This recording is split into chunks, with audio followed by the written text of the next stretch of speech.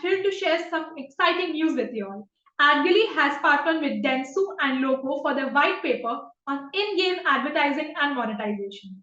To delve deeper into the insights of this pioneering paper, today with us we have two distinguished guests. Ms. Megha Nair, Senior Vice President of Digital Media Planning at Carat India, and Mr. Prakhar Tosniwal, who is the Senior Manager of Brand Partnerships at LOCO. They will be taking us through the insights of this paper. Over to you both. As mentioned, our topic for today is in-game advertising and monetization.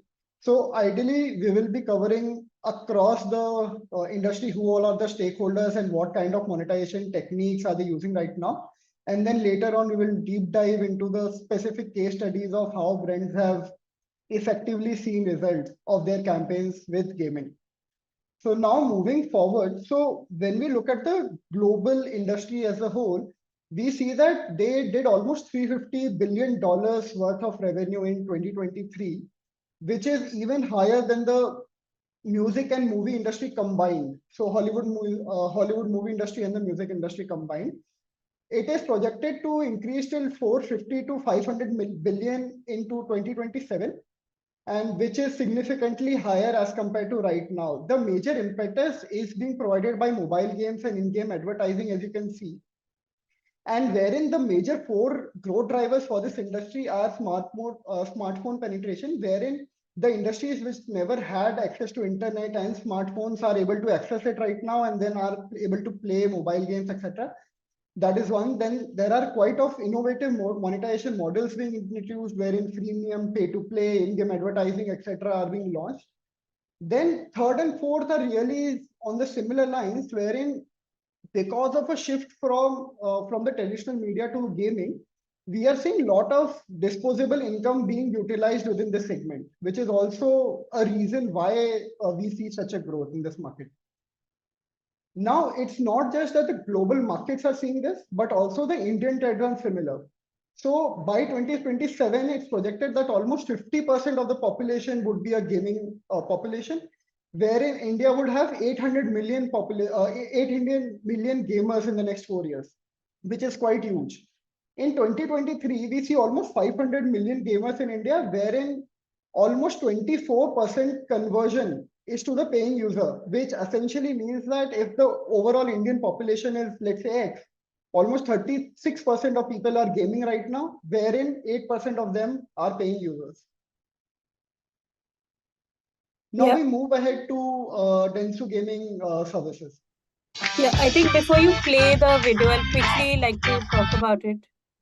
I think in the entire game space, I think post-COVID, I think as a unit within Dentsu, we understood that gaming needs to be treated very, very differently because consumers have started spending a lot of time, and you did see that. So what really Dentsu Gaming does from a strategy perspective, it augments existing teams to act like a strategic advisors to provide subject matter expertise and navigation through complex gaming and client ecosystem.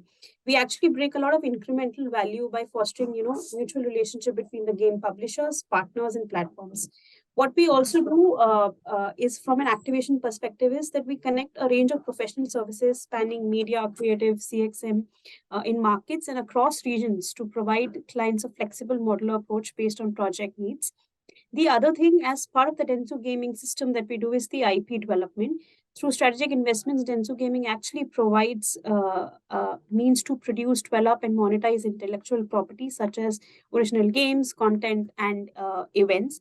And we'll do a quick video to understand this in a little more detail.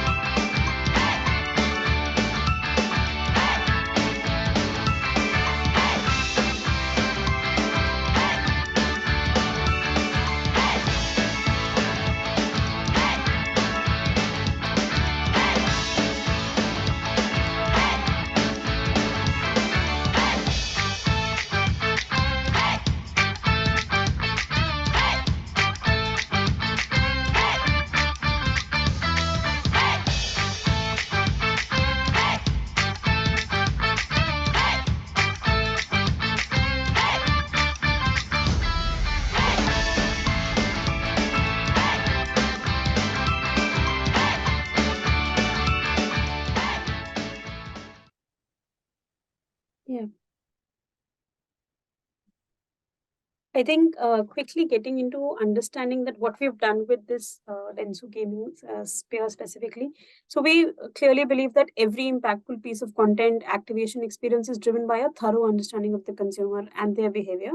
So our proprietary intelligent platform CCL, which is Consumer Connected System, helps us keep the pulse on the gaming audiences and trends.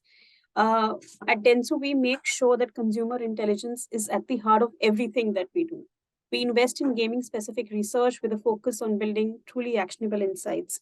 What we have done and what you see here in the slide is that we've fused the Dentsu CCS panel data and GWI gaming data across 21 markets. This means that brands can now access high fidelity portraits of gamers that encompass lifestyles and media attitudes and behaviors. Example, shopping routines, passion and hobbies, and everything random.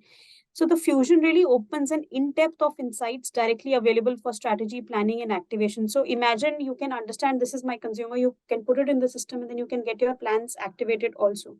What we've also done through this fusion is that we've also included gaming in our activation, in our attention economy program, which is one of the largest studies that's being dedicated specifically to provide the value of attention. Moving on to the next slide, what we see is that everybody is playing. It's almost everything. What we've done with this is that we've tried creating specific cohorts. And when we go to the next slide, we understand that the three cohorts that we're trying to speak here about are the for the win, for the hype, and for the immersion. Are predominantly these are PC gamers. So these are cohorts being through the CCs and GWI combination that we have done. Hearing the name of the cards, you would be guessing that it could be motivation for the respective cohort to game. If yes, then you're right. We have mapped the motivation of gamers to their gaming patterns and extrapolated their age group. So, an average gamers, extra spendings, their trades, and a lot of more data as to understand the digital and offline media consumption patterns and how frequency they are doing. That's the entire thought process. Moving on. To the next set where it's majorly for the mobile dominated gamers, and they are bifurcated into into cohorts, namely for the party, for the downtime, and for the revive. So here the main objective is to relax and unwind, socialize through gaming, and tackle boredom. Their interest towards gaming is less prevalent and revolves more around having fun, connecting with the family and friends, and easy escape from the routine. Also, their frequency is not much regular versus the other set of cohorts that we introduced. Now, what we've done is just for the white paper specifically, we've gone ahead and spoken about one of the segments, which is getting on to the next one is the win segment. Just to give you an example, for the win segment, typically it's the gaming influencer it's broadly a culture. In the gaming, as in other areas of life, gamers in this age group are more often into the cutting edge of culture, knowing the latest trends before many of their friends, and are more likely to be owning the new technology like a VR handset. Another segment that we took in focus specifically is the hype segment, which talks about how the entire, the fandom that is there with gaming is this with the segment. Gamers in this segments not only play, but also love to share their enthusiasm with others via, online forums, social media, messaging, and blogs. They love to discuss their game choices with the other gamer friends. Playing online, but accommodating with family, with offline gamers. So a lot of console gaming really falls into this space. And for them, it's just not part of the culture, but also it's not just a part of relaxation, but also a part of their culture that they look at. Moving on to the next slide.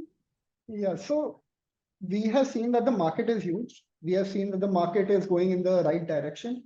But are people really spending time or not, right? Because if they are not spending time on mobile games or other kind of games, then the size of the market might be huge, but then it does not really create an opportunity to monetize. Now, when we look at time spent on mobile games within India, we see that there is almost 35% of casual gamers, 50% of mid-core gamers, and 45% of hardcore gamers who spend more than 2 hours playing these games within 1 week, which is pretty high. And when you see the stats here for casual and mid-core games, games like Royal Match, Candy Crush, etc., all have higher 30 minutes and more time per day per user, which is pretty high for a game, right? And then mid-core games, we have Free Fire and BGMI, which are upward of 80 minutes. Now, we see that the time spent is pretty high. And similarly, when you look at the right side, we almost get almost 1,600 rupees per paying user. And in a market like India, which is significantly growing right now, and it's sort of in the developing stage, it's pretty high. We want to aspire to reach to the levels that US or maybe Europe has, but then this is a very good start for us to monetize. Now moving ahead, so we LOCO in collaboration with EY conducted a survey with almost 15,000 respondents back in May 2023, and I will quickly share some of the results with you here, which are quite astonishing. So now, when we noticed in the last slide, we understood that the people are spending time on gaming activities, but the time we see is constantly increasing as well. When we looked at when do these guys play their games, we understood that there is no set time wherein they play the games. Almost 33% of the people mentioned that they play it anytime during the day, whenever they get free, etc. Now, almost 1/3 of the respondents again played daily, which is pretty good for this industry. And almost 44% played at least 3 times in a week, which is also pretty high.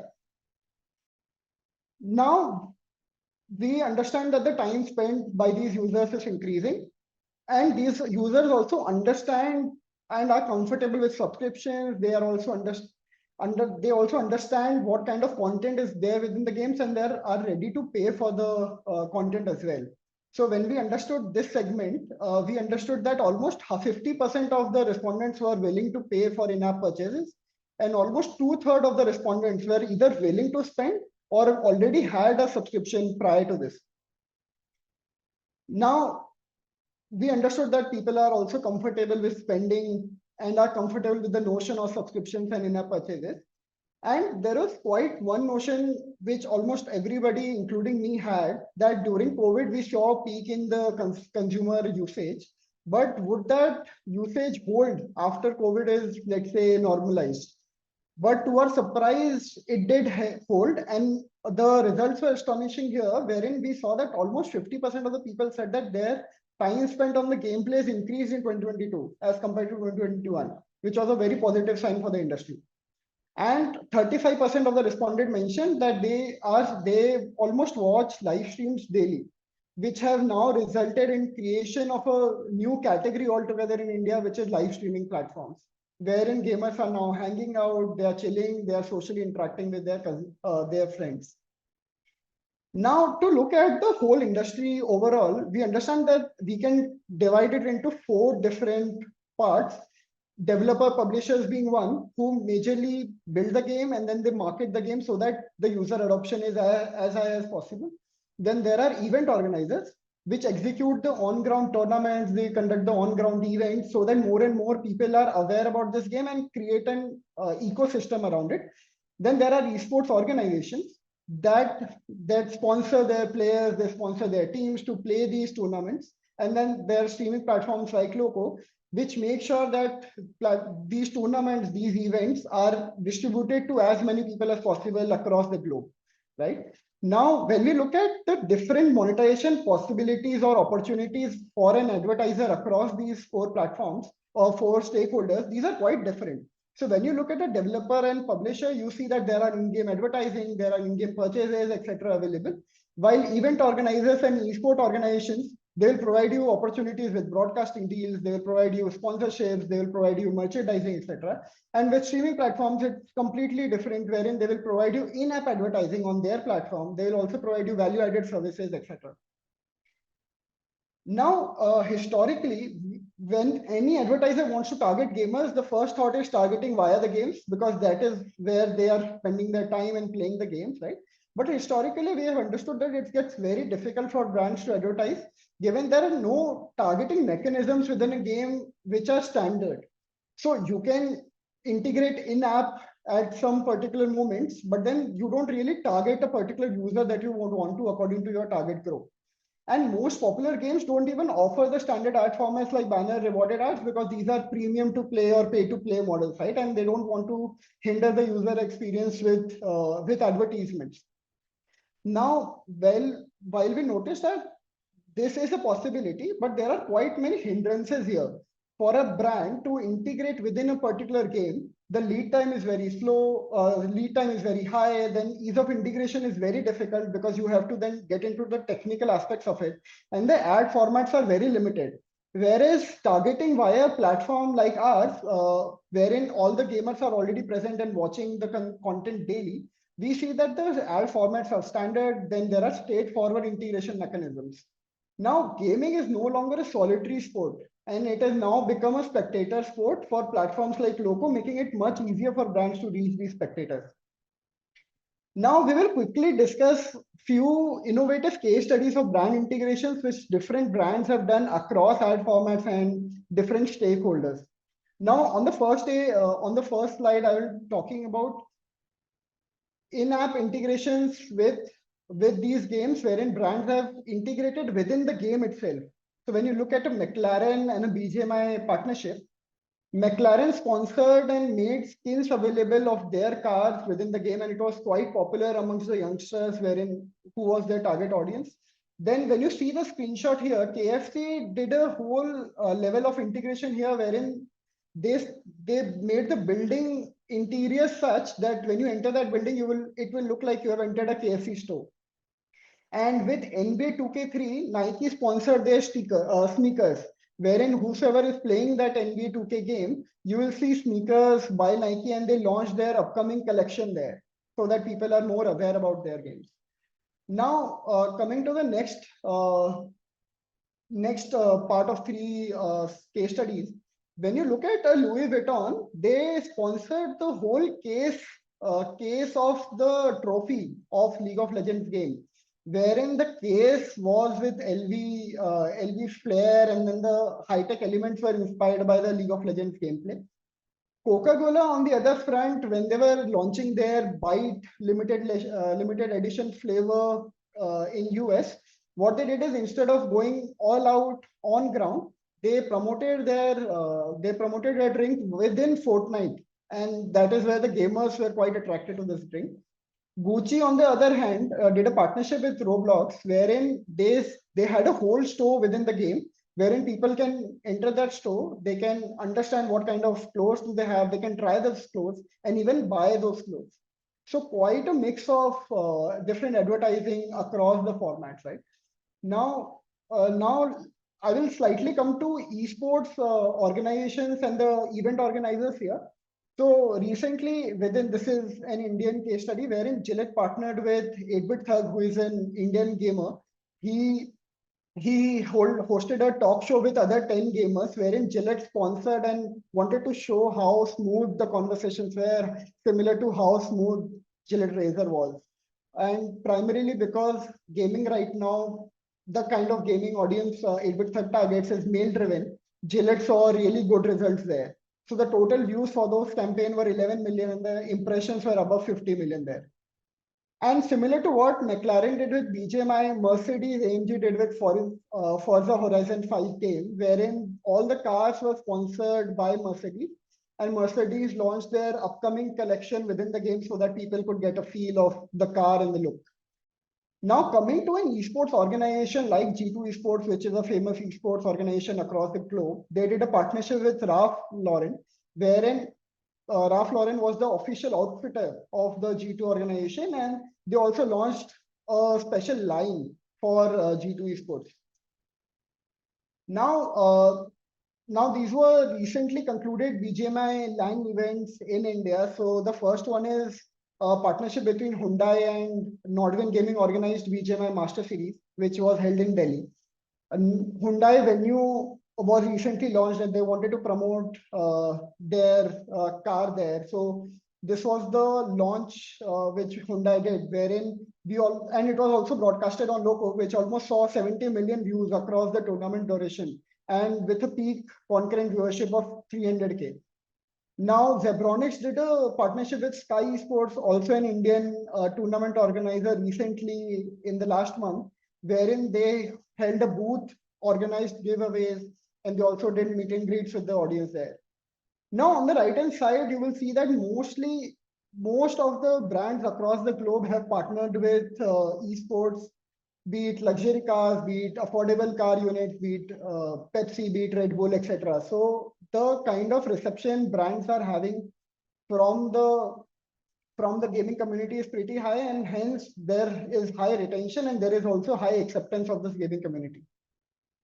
Now moving ahead, now across streaming platforms, these are the kind of standard ad formats that are available, and similar ad formats are also available on LOCO, wherein brands have tied up with us to advertise to these to their customers, target customers. So in-stream video ads, homepage banner ads, clips and reels formats, complete brand takeovers, and offer wall. What we have gone and done is we have went above and beyond to create a proprietary ad network, live spot, wherein you don't need to make sure that the streamer is on LOCO or YouTube or Twitch. But what you can do is you can directly tie up with us and the streamer, and then we will make sure that wherever the streamer is, your ad would be played there. And now what we have done is the ad format can be a flip logo, it can be an on-screen bug, it could be a GIF, video ad, whatever. And we have made sure that it bypasses the ad block, and it's also not interrupted to the viewing experience of the audience, which is the first thought we had while creating this product. And you can get real-time analytics here and then custom ad formats. Now, also because of our nimble nature and nimble format, we provide customized offerings to our partners, wherein we can do customized stickers, we can do productized giveaways as well. We can do fan leaderboards sponsored by a brand. We can do branded quests, wherein they require to perform some activities to finally gain a product, finally gain a coupon code, etc. And we can also do multilingual push notifications to reach out to your target audiences across the platforms.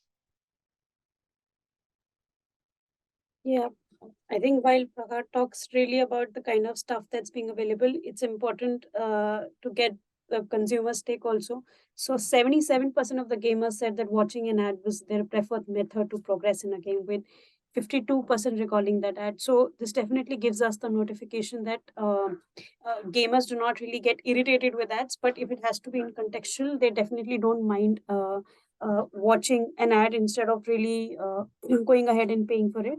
Moving on to the next slide.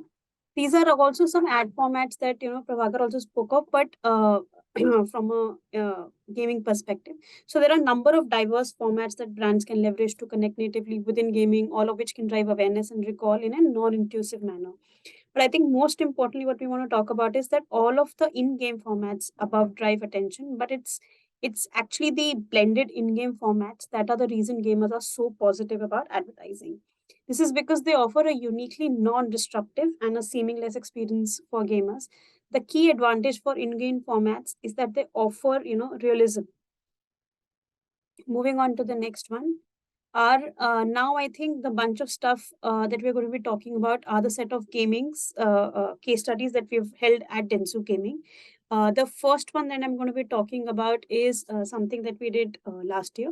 So H&M had launched its first ever local linen collection during April 2022. Sports and gaming had the highest affinity in the TG.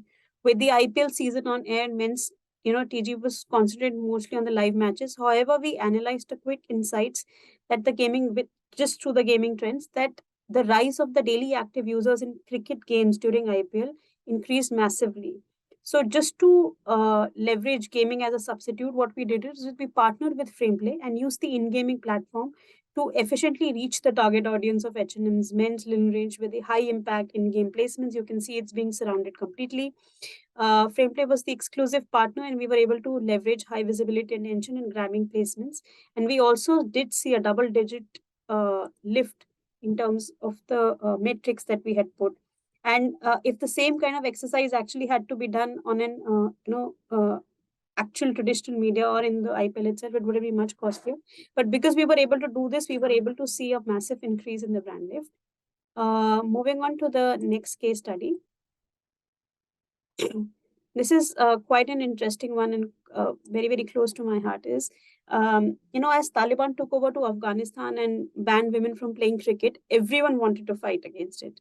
So a chance was given to them through world's first ever e-protest game.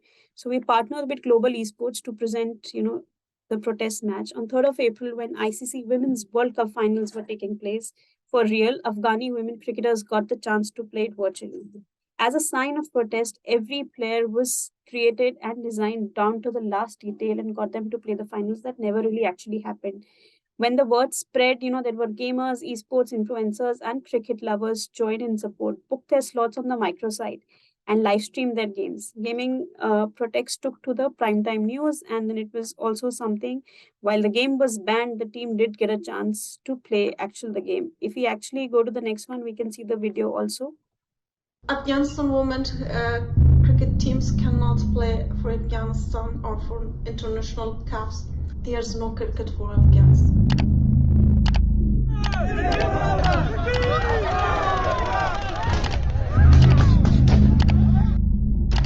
Apparently, women's cricket is un-Islamic. And wait till you hear why.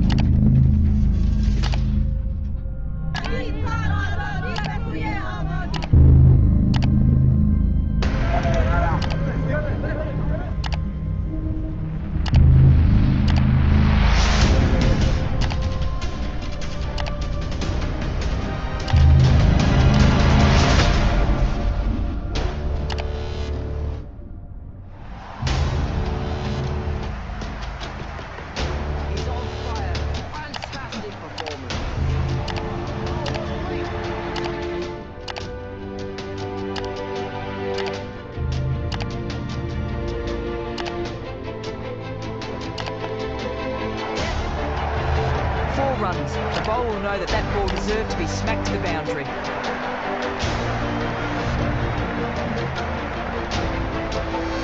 Hello and welcome to the biggest contest in cricket.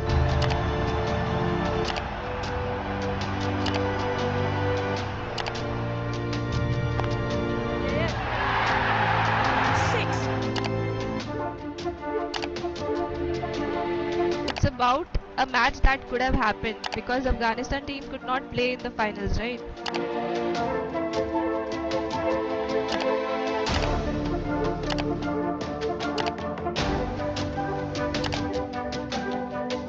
Global esport and teams hard working to camping games that it's a cricket game. I have the hopes. I know the Taliban even do not allow now girls to go to school, so how they allowed other girls to do any sport. The virtual dead games is a protest of reminder that Afghanistan's women team exists.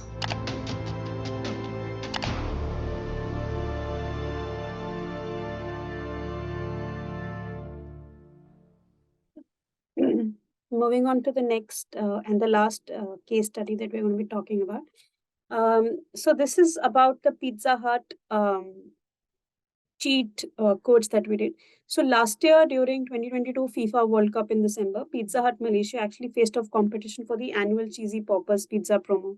So most of the traditional media spaces were saturated with promotional content and advertisements from a lot of competition brands, creating a intense battle for maximum share of voices and sales.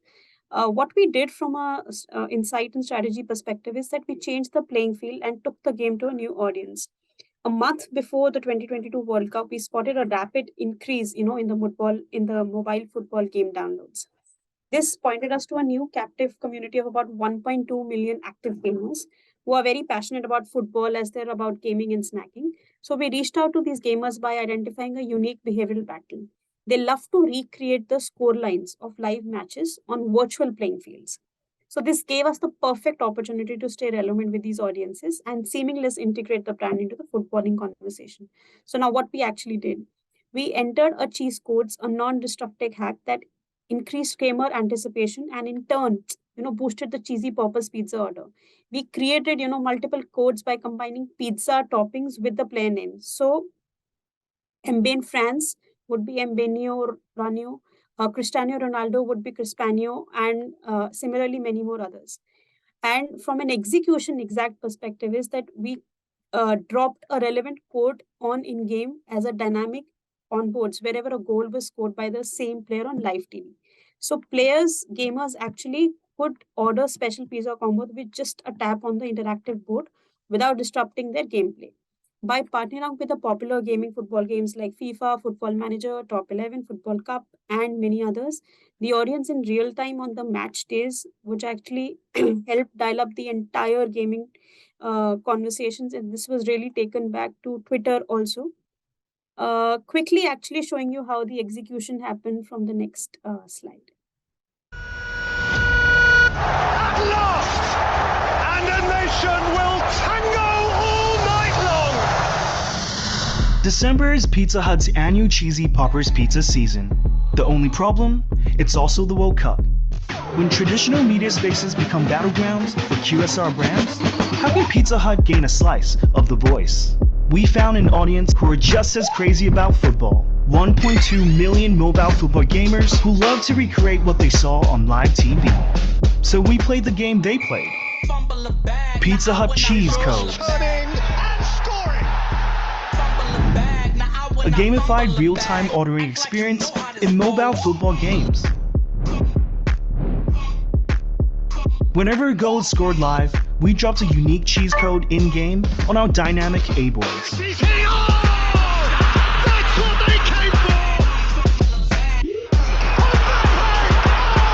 Inviting gamers to tap on the board and redeem the code for pizza combos in real time. And we didn't stop there. Twitter conversations were at its highest during the World Cup, so we released more cheese codes to coincide with every goal scored. Sparking banter and conversation.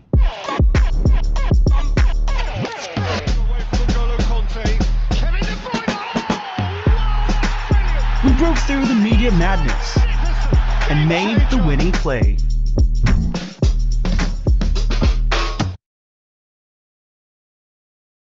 Yeah. I think quickly, we'll take you through a few of the, I think some things that we realized over the last 30 minutes that gamers actually do not dislike ads. They just don't like intrusion. So a blended game ad formats works really, really well. And when you make it as part of the game itself, it just becomes natural for them. We did see that if the messaging are being customized and personal to the player, it doesn't even come into your brand safety, parameters, because a lot of advertisers do get questioned, how are these gamers and content creators going to take about the brand safety perspective.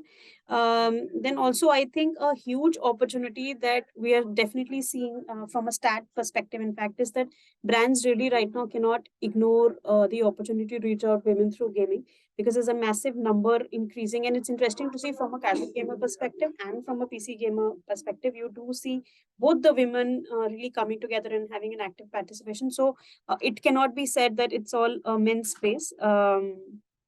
So yeah, that's pretty much from a few of the takeaways. Prabhakar, if you have any thoughts on that. No, so I think like you mentioned, people or so let's say different stakeholders should not ignore some sections of the community right now, because almost all the smaller parts of the community are also increasing. So be it women, be it men, be it so sort of older women are playing a lot of casual games as well.